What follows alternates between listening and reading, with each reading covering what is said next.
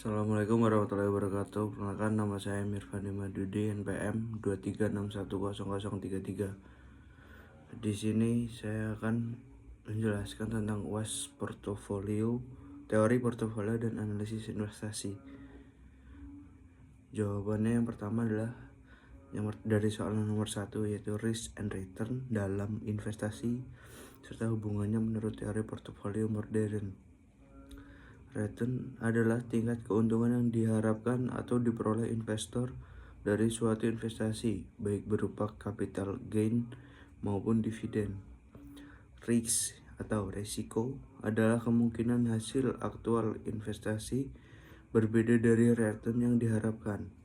Menurut teori portofolio modern yang dikembangkan oleh Harry Markowitz, terdapat hubungan positif antara risk dan return. Semakin tinggi return yang diharapkan, semakin tinggi juga risiko yang harus ditanggung. Investor rasional akan memilih portofolio yang memberikan return maksimum pada tingkat risk tertentu atau risiko minimum pada tingkat return tertentu. Nomor 2, ada perbedaan risiko sistematis dan risiko tidak sistematis. Yang pertama, risiko sistematis. Risiko sistematis adalah risiko yang berasal dari faktor makroekonomi dan mempengaruhi seluruh pasar sehingga tidak dapat dihilangkan melalui diversifikasi. Contohnya adalah inflasi, perubahan suku bunga, krisis ekonomi global, dan ketidakstabilan politik. Yang kedua, ada risiko tidak sistematis. Risiko tidak sistematis adalah risiko yang berasal dari faktor internal perusahaan atau industri tertentu dan dapat dikurangi melalui diversifikasi. Contohnya adalah kegagalan manajemen, penurunan kinerja perusahaan, dan pemogokan tenaga kerja. Soal nomor 3, ada asumsi utama teori portofolio Markowitz dan kritiknya.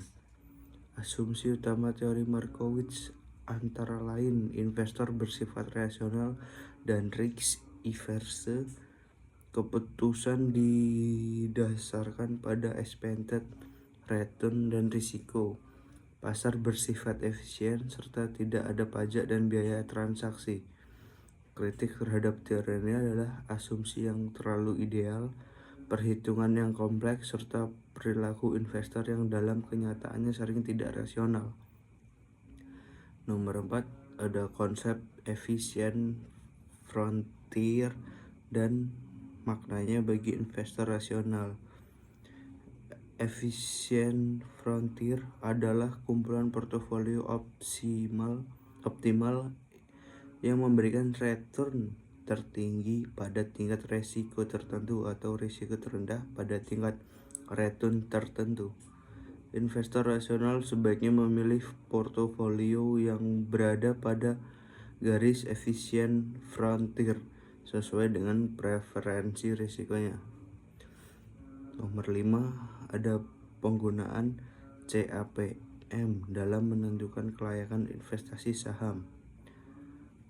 CAPM atau Capital Asset Pricing Model digunakan untuk menentukan return wajar suatu saham berdasarkan risiko sistematisnya. Jika return yang diharapkan lebih besar dari return CAPM, maka saham tersebut layak untuk diinvestasikan.